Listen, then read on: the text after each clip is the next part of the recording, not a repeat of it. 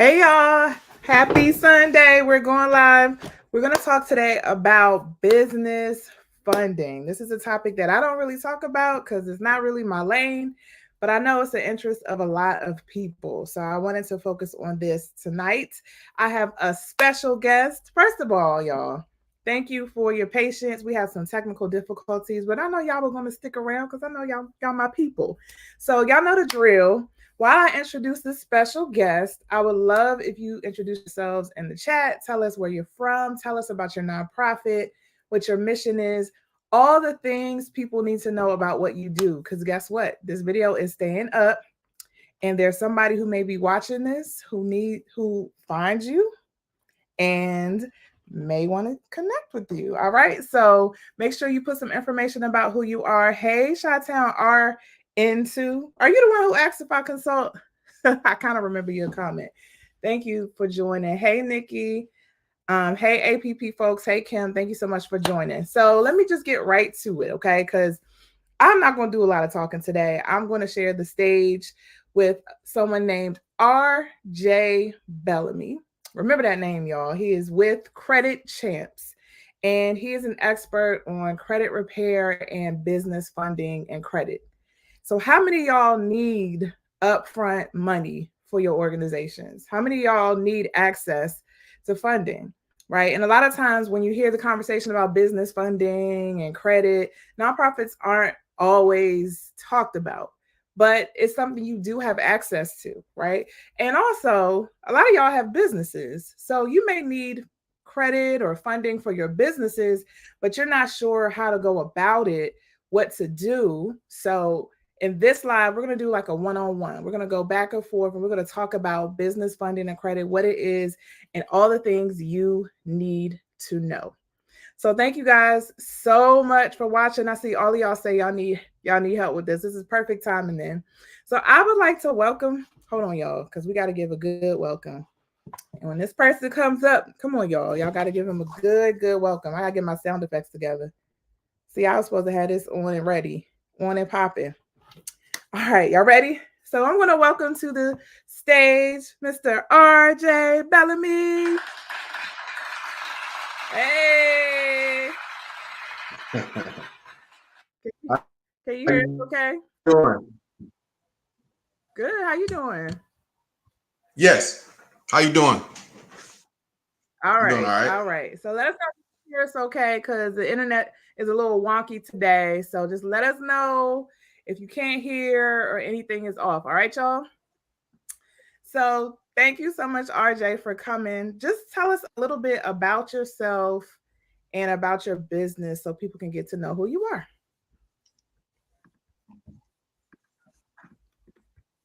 Okay, my name is RJ Bellamy.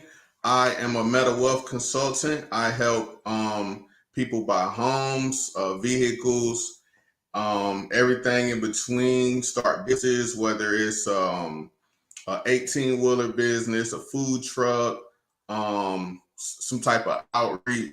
I just kind of been doing that the last 5 years. So I'm just excited to help you and your followers grow your businesses. All right, y'all. So y'all heard that. If you're trying to do certain business ventures, I want you to listen up. And again, some of this stuff you may need to do in the context of your nonprofit, and some of this you just may need for a business idea that you have on the side. I encourage everybody to have a for-profit business. So I hope this is helpful. I'm going to jump right in. I got a question for you, RJ. So like, what got you even into this? Because I know you do credit repair, you do some business funding stuff. I don't really know all the ins and outs, but just tell me a little bit about like what got you into this. Okay, so I was just getting out of the army, and I had a few debts, not many, two to be exact, and um, I wanted to get a vehicle. I was receiving income. I had a decent income. It was about 3,000, 3,200 a month. And so I felt like I could get a car. I had an opportunity to purchase a car from a friend, and they only wanted like 13,000 for it. Mm-hmm. So when I went to my local credit union, who I've been with for over 10 years, they told me that I had like $2,000 in debt, and the only way that they would consider giving me a loan, even though I had the income to cover the loan, the only way they would consider giving me a loan is if I paid each lender, which was two, if I paid them $100 for 2 months, and I could show that I made payments to them, and I sent in a letter from the lenders, or excuse me, from the creditors, then they Mm-hmm. would approve me. But it didn't make sense because if you're saying you're turning me down for $2,000 debt, you want to approve me for a $13,000 car loan. But if I pay $400 on the $2,000, then you'll approve me for a $13,000 car loan. So it didn't really make sense to me. So I started doing some research, and I found out that I actually didn't have to pay collectors. I found out that once the debt was sold to the collection agencies, then they forfeited, and they actually got a tax write Mm. off for my debt. So they actually didn't have to. That debt was already covered because it was taken off of their taxes. So not to get too specific into it, but in my research, I realized that I could do something about my credit situation, and about my credit score is about a 550, and about 10 months after that, my credit score was 780, and I did it all by myself. So I started helping my mom, I started helping my girlfriend at the time, and I just went from there, and I started helping my cousins and my classmates and everything. And after that, that's when Credit Champs was born, and I got my LLC and everything, and the rest is Mm. history. That's awesome, y'all. So y'all heard that right. So he went to a credit union, which is supposed to be, they're supposed to be a little bit more lenient, more understanding there about supporting the community. And they gave him some information which made it harder to get loans or get credit. And I know y'all have had those similar experiences where you go with a bank that you've been banking with, you have a relationship with, and you just hear some information that's discouraging. So my hope is with this live is that you get some good information to be able to move forward, to make moves for your business or your nonprofit. So I got a question though, because I often get confused when it comes to business funding and business credit. And it's my understanding after working with you that there's a difference. So can you kind of break down like what's business funding, what's business credit? Okay, so not to get too technical and everything, in the most simplest way, um, business funding is when you get credit cards, personal loans, and lines of credit for your business. Business Mm, credit is when specific creditor extends you a line of credit or gives you a credit card that's specifically for their company. So business credit okay. is you go to Lowe's or Home Depot and they give you $1,000, $2,500 for your business. That's business credit. Business funding is when you get a Visa or a MasterCard, and it can be applicable anywhere, or you actually get our money loan from a lender institution and they write you a check or a line of credit, and you can draw down on the line of credit, or they give you a revolver. That's business funding. Okay. That makes sense to me. So, okay, so business credit is with a particular company when you want to use their credit that they've established for you. Got it. So, if somebody Exactly. wanted to if somebody wanted to get like business funding, what are like the first steps that they should take in order to be eligible for it? Well, if you want to get business funding, you want to make sure you start with your LLC, and you get registered at the Secretary of State of your state, whatever state you live in. You get registered there. Also, Mhm. you want to make sure that you immediately open up a different checking account and a savings account, so you don't single those funds. And in the business world, when you're talking about the IRS, and you talk, you make sure don't have that liability with your personal funds. And so when you commingle your funds with your personal and your business, A lot of times they have something called breaching the corporate veil. And what that means is that if a lawyer, if you were to get sued, and a lawyer will be able to prove that you mix your business and your personal money, then they will actually be able to say that you and your business are the entity. And that means if your business is only worth about 10,000, but they want to sue you for 100,000, they can then take the 10,000 from your business and then take 90.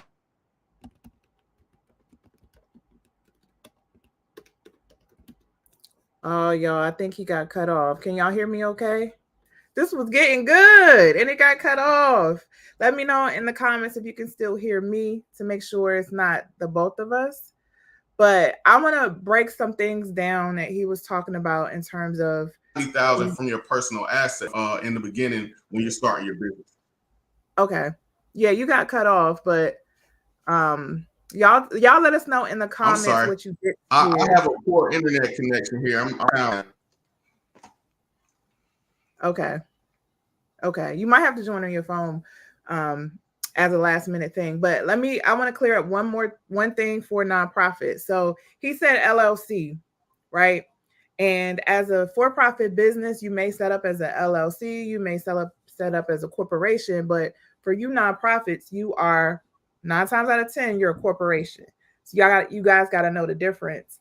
And so when he's saying you need to establish, he just means you need to have an entity, which could be your corporation. All right. So you don't have to have an LLC to get business funding like we're talking about. He's just saying establish your business, which is your corporation, and do not mix your funding. He said it over and over again. He gave a great example. It sucks that he got cut off, but a great example of the fact that you can't commingle. You need to set up a separate account with your money so that there isn't any mixing of that, especially when you're a nonprofit, because you have to remember that is not yours. So you need to have separate business things for your nonprofit. Okay.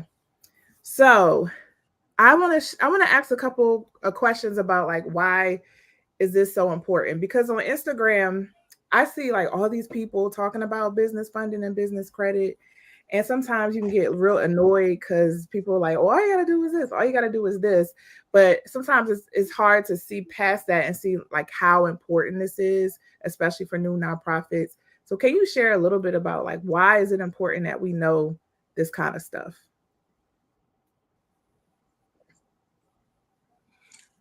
okay. I want to make sure you can hear me now because it's kind of I can see it kind of being choppy a little bit. I can hear you. Okay. So can you ask that last question again?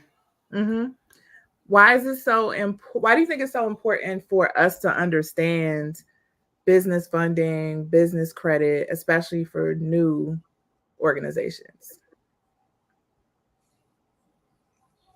I feel like if you're gonna have a business, it's important to have a plan and a way to fund the plan. And so if you develop a strategy early enough, if things start going wrong, you can catch it, right? But if you put all Mhm. your eggs in one basket and you don't really have a thought out plan, then when things start going awry, it's easy for us to give up because we had no clue what we were doing in the beginning. And so we don't really know where our plan went wrong because we were just throwing a Hail Mary. So I feel Mhm. like when you incorporate business funding or business credit into your plan from the beginning, I feel like you'll have more success because you have an opportunity to leverage others people's money, right?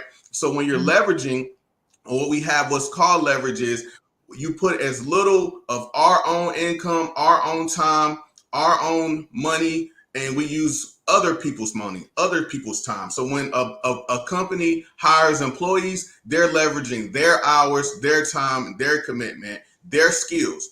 And so it's the same thing when you leverage business funding. You're leveraging that lender's available funds, you're leveraging their assets. So I think that's very important because as small business people, we sometimes want to put all of our self into Mm. our company, and we're tapped out before we even realize it. So I think it's Mm. very important that we learn early in the game to leverage other people's money. I love that. See, there's a couple of things that he said that I just want to point out, y'all. He said the word plan a couple of times. And he also talked about leveraging other people's money. And we're talking about business, for profit businesses, but it's the same concept with nonprofits. So you should not be using all of your money to finance your nonprofit. And that's what a lot of people do. They just drain their checking accounts, and they get frustrated that nobody's supporting. But when you plan from the beginning and you think about what financing, what funding you need from the very beginning, it helps it prevents you from hitting that wall that he talked about. So I'm so glad you hit on that, RJ, because so many people, they just get so excited about starting that they don't think about the funding aspect of it. They get excited about the doing of it all, but forget like how to plan for those rainy days and all that kind of stuff. So there's a quick question that came up. And because it's specifically about nonprofits, I don't know if we want to answer from both our perspectives. But this person said, why are, I'm assuming you mean personal guarantees, necessary sometimes for nonprofit loans when we're constantly reminded that we don't own it? Been wondering this for a while.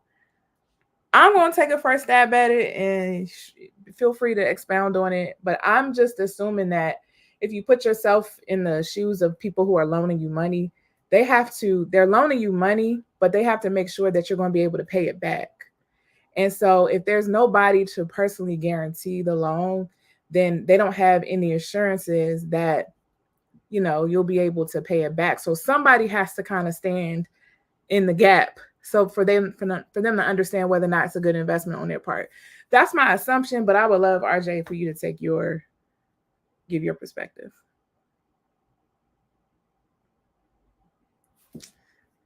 Dang, I feel like you're saying something really good. We can't hear you. Can you hear me?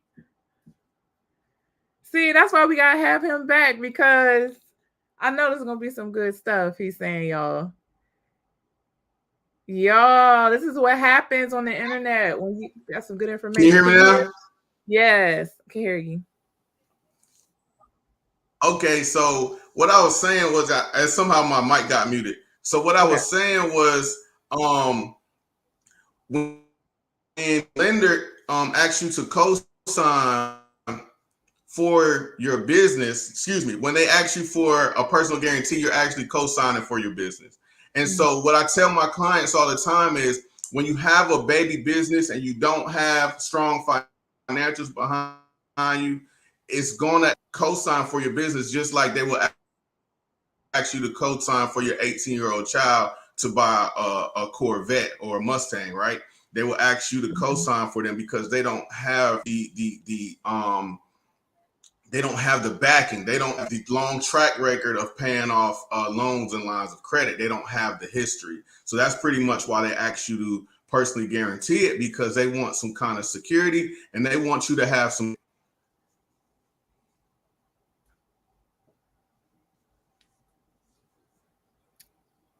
Okay. You went out for a second, but we're gonna make our way through it. But thank you for answering that. Cam's Cottage Safe Home. I hope that answered your question. But there you go. You keep going in and out. I'm telling you, you might have to get on your phone. So, um, I actually want to ask a follow up to I that have because, terrible internet service. yeah, I want to ask a follow up question in case you can So hear me. what I would But say, just want to make sure you have some skin in the game, mhm, go ahead. and they just want you to co-sign for your business because your business doesn't have track paying on time and paying down large loans and lines of credit. Got it. So this is a follow up I wanted to ask you because I didn't realize this with business funding. Like when you're new and you don't have that financial track record that you were talking about, then that means that they're going to look at your credit. So a strategy for getting business funding actually starts with your own personal credit. So can you talk a little bit more about that? Why it's so important for Right. an individual to work on their personal So credit? yeah, so basically, when you are looking to open a business or a nonprofit, A lot of times they're going to want to look at your personal spending habits, how you pay off loans. Have you been late? What have you done in the past? Mm-hmm. So they're going to want to look at your personal credit. And actually, it's not a bad thing, because for my clients, sometimes their business is not even been established. They just say, you know what, I want to open this business, or I want to tell them what you have to do first is get a good co-signer. You're going to be the co-signer for your business. So what you want to do is make sure you have a long track record of making on-time payments. You have a track record of paying off loans and lines of credit. And so that way, when they go pull your credit and you have a 700, 750 credit score, they'll say, okay, this person has a credit age about 5 or 6 years. 6 years, they haven't missed one. They haven't had any charge off. We're going to give you a $40,000 line of credit. And so the thing that what works great is the better your credit, the more people are going to give you their money, because they said that you've been using your personal credit like a champion. You've been a good steward over your personal credit. And so that's what we feel like you'll do over your business. So sometimes I'll have a person, they'll come to me with a credit score in the 500s. And about 6 months later, they might have a 700. They start their LLC, they start their checking accounts or whatever, their savings account, and wherever they open up an account, I sometimes get them to apply for a business credit card. And because they have excellent credit, when they apply credit, even though the business isn't even a month old, it could even, because their credit is so good. Typically, if you get approved for a $20,000 on the side, you might get approved for a $50,000 or $60,000, or on the low end, maybe even $40,000 credit card on the business side, because they trust you that much, and they want you to actually use that capital to inject it into your business. Mm-hmm. One other thing that a lot of people don't know is, if you get a business credit card, you can actually use 100% of the credit card, and in 30 days, you only have to pay 1% plus interest. And so if you have a zero loan and you use a $10,000 card and you only have to pay 1%, you're talking about $10. So you spend $10,000 today, in 30 days with a 0% interest business credit card, your payment will be $10. Mm-hmm. So that's the beauty of leveraging. That's when you're leveraging, because if you get $10,000 from me in 30 days, I'm going to want a lot more than $10. Facts. Okay. I'm going to want it all back. So there's a question that I think really has a lot to do with what you just said. So this person says, as a nonprofit, you pay back loans through funding and grants, or else you pay out of pocket anyway, right? So I just want to say really quickly that a grant funder may not be okay. It's probably not okay with you paying off a loan with a grant. Mainly because when you are applying for a grant, you're typically applying for what needs to happen in the future. You're proposing to do something. So you can't use that money retroactively. Unless you've made it clear to your grant funder that that's what it's for. But typically, they're not going to give you that money like that unless they have a relationship with you. So if you are going to get business funding, I just really, really push what RJ said before. Have a plan. Like, we're not giving you this information just as a way to just go with the money and run, but use it in a smart way to leverage so you can scale in some way, so you can get to the next level. Your donors may be willing to give you money that can be used to pay it back, or you may have like a fee for service type of thing where you make the money that way. But just keep in mind, you can't really, I have not seen much of that you can't really pay back loans with a grant. So RJ, are you okay with this next question that I put on the screen here about debt to income ratio? What if you have excellent credit, but your debt to income ratio isn't great? I always tell my clients, when it comes to debt to income ratio, find a secondary source of income. Find ways to increase your income. Reduce your debt. So if you have to refinance, if you have to pick up a second job or something on paper, even if it's something that you already do, maybe you work for, maybe you have a business but you can put yourself on salary and create pay stubs for yourself to show that you're actually making more money than what they. So that's another option for you as well. Awesome. Thank you for sharing that. So, what do you see like are the common mistakes that people make when they are trying to get business funding?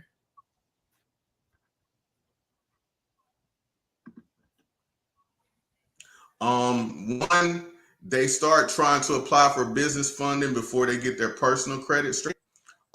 They just reach out for any and everybody that'll take them instead of dealing with a professional that knows. So like me, I have a relationship or I have prior knowledge of over, I'd say at least 400 lending institutions across America.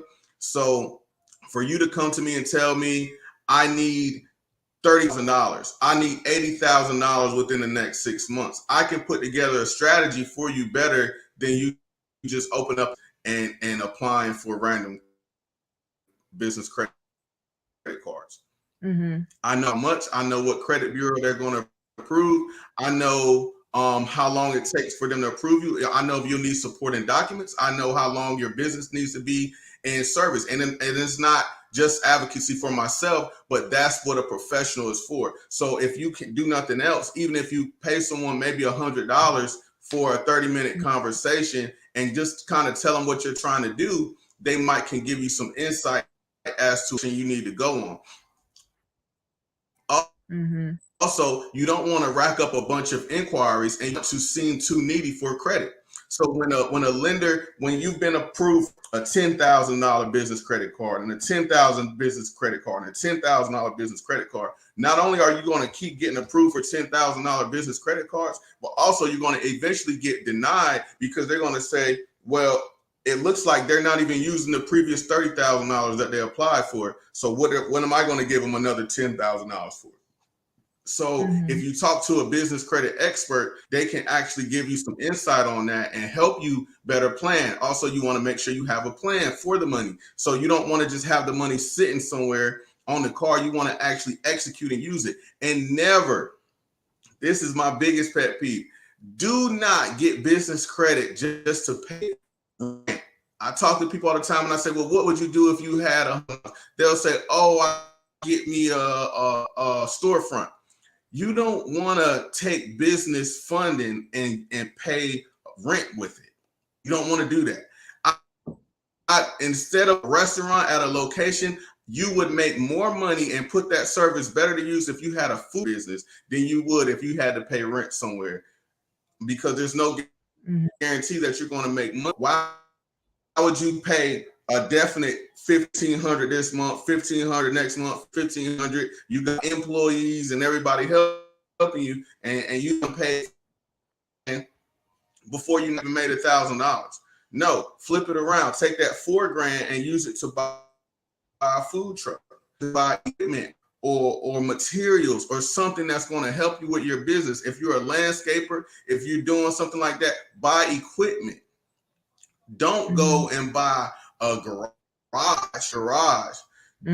Do you buy something that's going to be useful to your business and conducive to you making money, even if it's nothing more but advertisements. Hire an ad agency. You get a $25,000 business credit card. Hire an ad agency to run Google and Facebook ads for you. Get a marketing agency to help you create. That will be better for your money than you actually paying rent, because it is a stationary expense. It's not going anywhere, and it's going to be there when that business credit runs out. You're going to still have that obligation. And so when you get it in your business name, guess what? If you owe money on the lease when you decide that you no longer want to do this business, guess what's going to happen? That balance is going to go on your personal credit. Thank you for saying that you really need to think about things that increase your bottom line. That's what I heard you say. Like, instead of just going straight for the things that people always go to, like the building, when they come to me, they ask about a building, they ask about a vehicle. But if that's not going to translate quickly to you making money so that you can pay it off, then you should come up with a different strategy. I'm so glad you said that. So what are some ways, like knowing that we Right. have to get our personal credit lives together? What are some like tangible ways that people can work on their credit right now to get ready for that?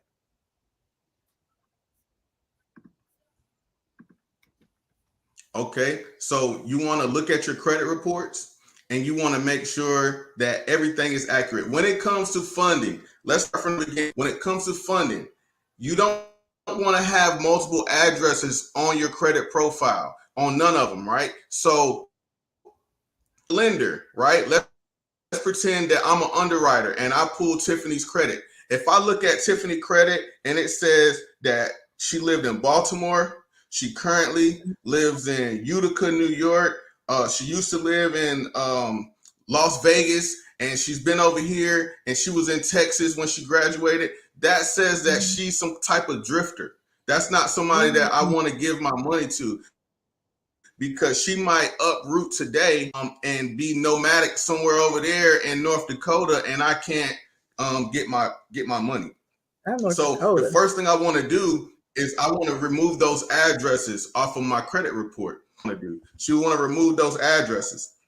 Whatever your current address is right now, that's the only address that you want on that report. So you want to look at your Experian, you want to look at your TransUnion and your Equifax, and you want to make sure that each one of them are reporting your. Sometimes lenders pull multiple credit reports. Sometimes they pull two credit reports. So if they pull one credit report that says you live in Baltimore, Maryland, and another one that says that you live in New York, that's going to be an issue for them. And if they do lend to you, they're not going to lend to you as much because now your risk factor has went up.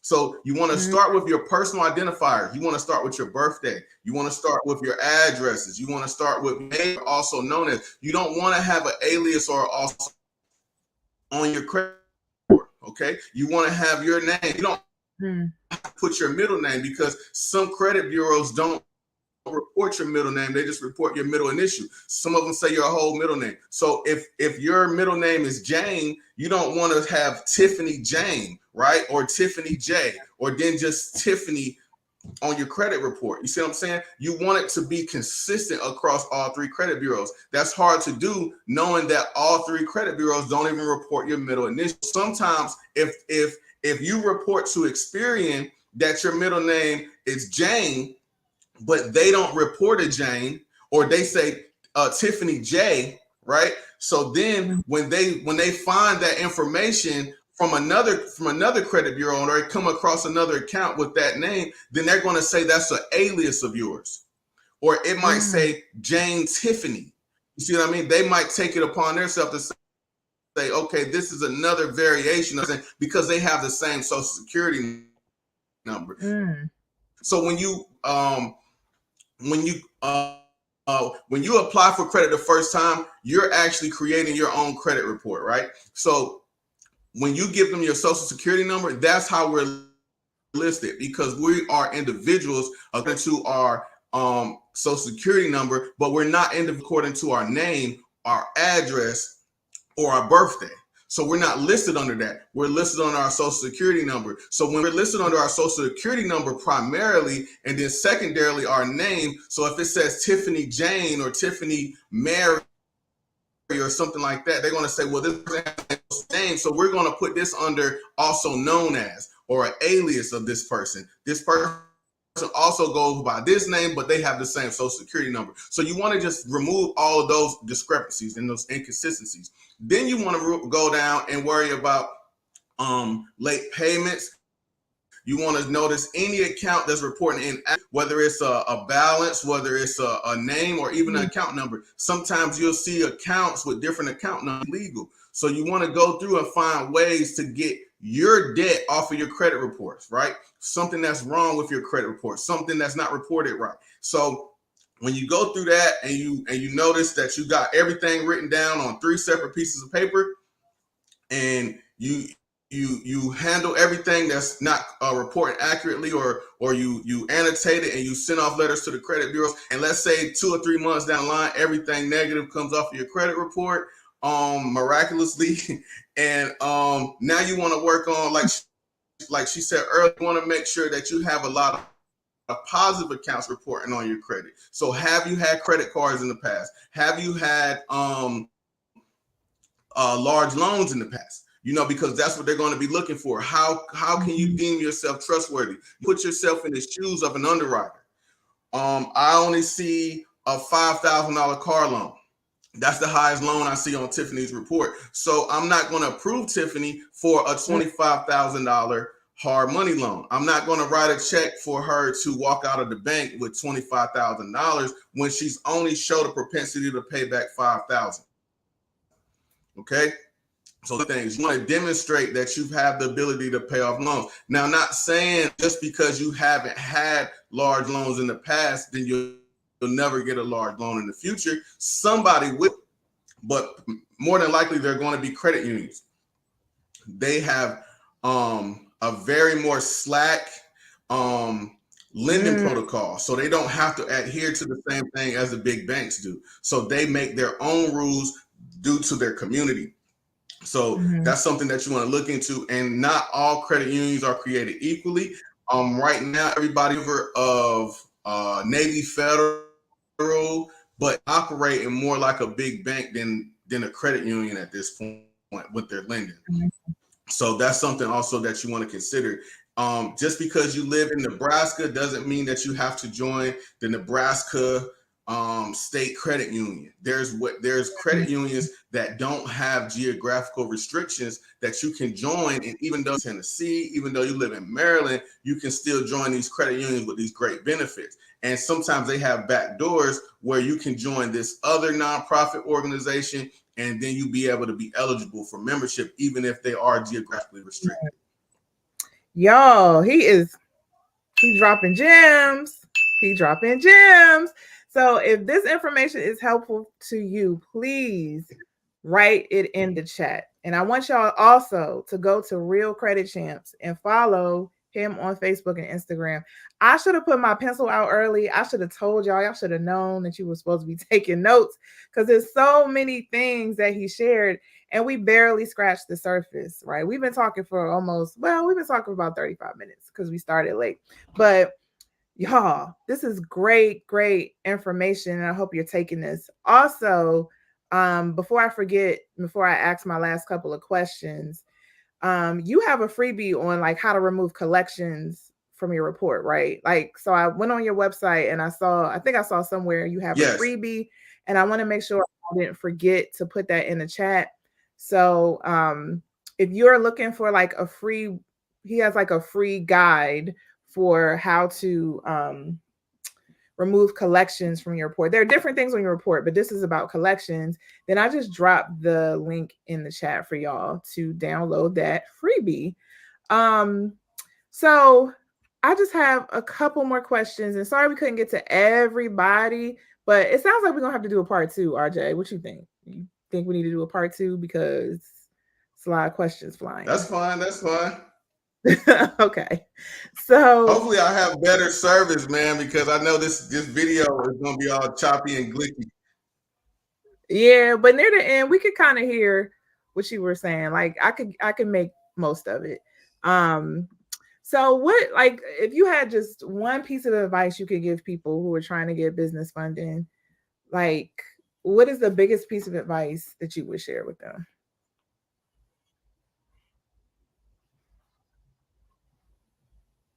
The biggest advice: start sooner. Mhm. A lot of my interviews that I go over and I talk with people about credit repair, and just don't wait, man. And it's just like if buying a house.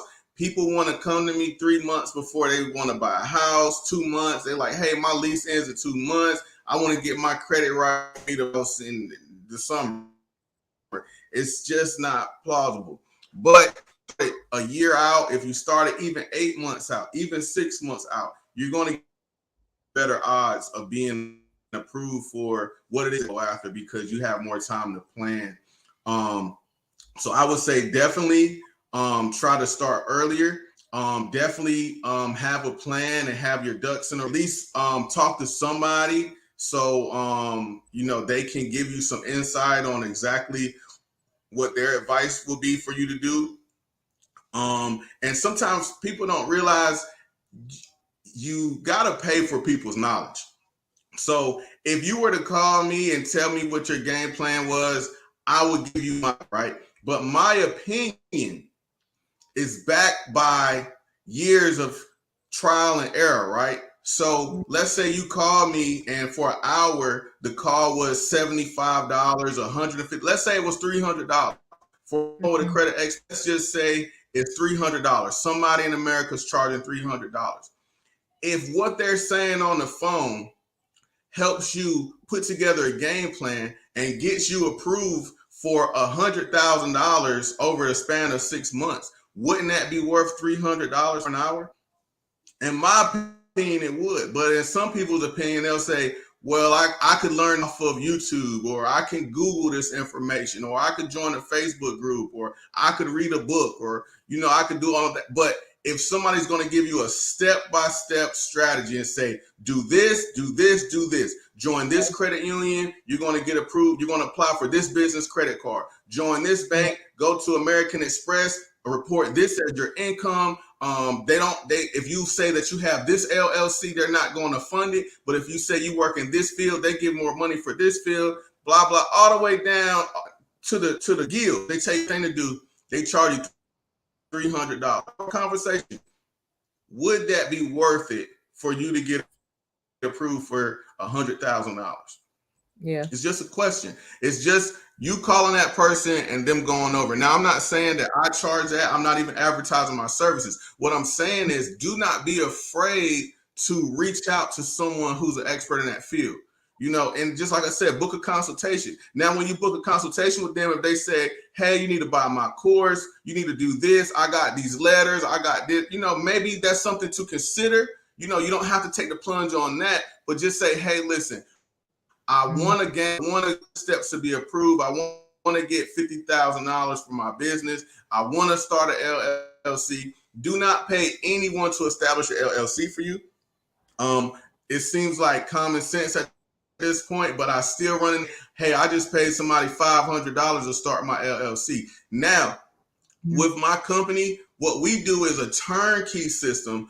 And that is that while we work on your credit, we help you join credit unions, we help you establish your LLC, and we help you apply for business funding, or we do it on your behalf. But the difference between a turnkey system and what they're proposing is that they're going to go to irs.gov, they're going to get an EI number for you, and they're going to write the treasurer and the treasury or the secretary of state, and they're going to get you LLC and a business license, but they're going to charge you $500 to do it when it doesn't cost even half that or nearly that amount, not even 25% of that. So that's what the difference is. I'm not charging you for an LLC. I'm not charging you for an EIN. What I'm charging you for is my expertise and my knowledge to take you from a 550, 600 credit score to a credit score that's going to get you approved for $50,000, $60,000, $100,000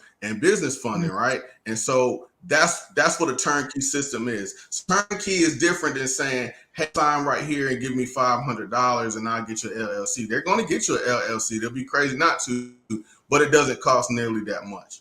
Mm-hmm. So before we end, first of all, I want to say thank you. Can we just say thank you to RJ for coming and gracing the Boss on the Budget stage? Just say thank you, y'all, in the chat. And if you can, drop your biggest lesson that you learned on this live. You probably didn't know I was going to talk about this week. Surprise, surprise, surprise.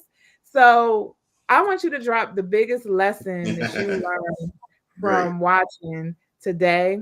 Because I'm curious about what helped you guys the most. So when RJ does come back, we know what to focus on. A couple weeks ago, we talked about getting housing. This is connected to that.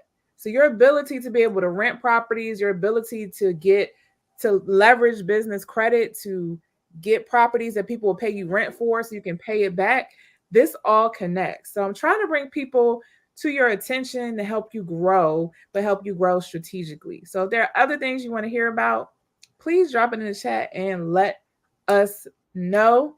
And the last thing I'll say is, y'all, there are so many parallels between this and getting grant funding for your organization. I saw somebody ask about like, what do I do when I need grant funding? And he talked about like if you haven't shown your ability to manage a $5,000 loan and you're expecting to get $30,000, it's the same with grants.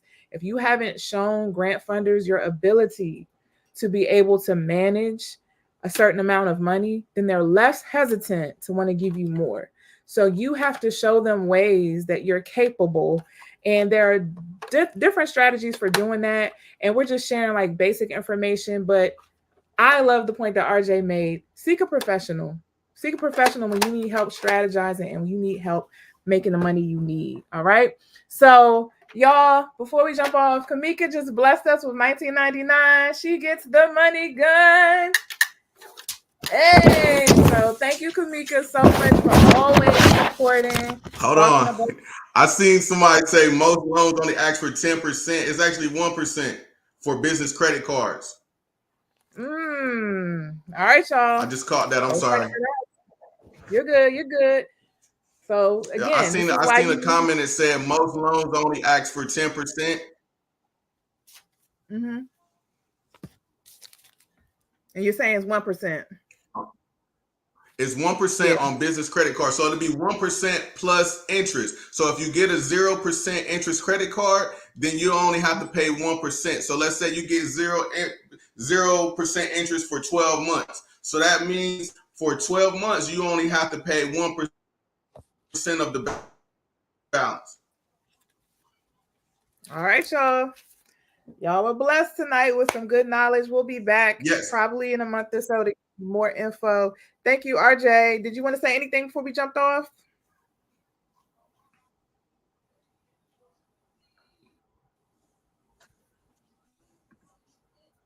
I guess yeah.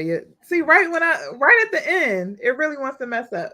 So I was giving you the opportunity to say anything before we jumped off. Don't forget to visit his website.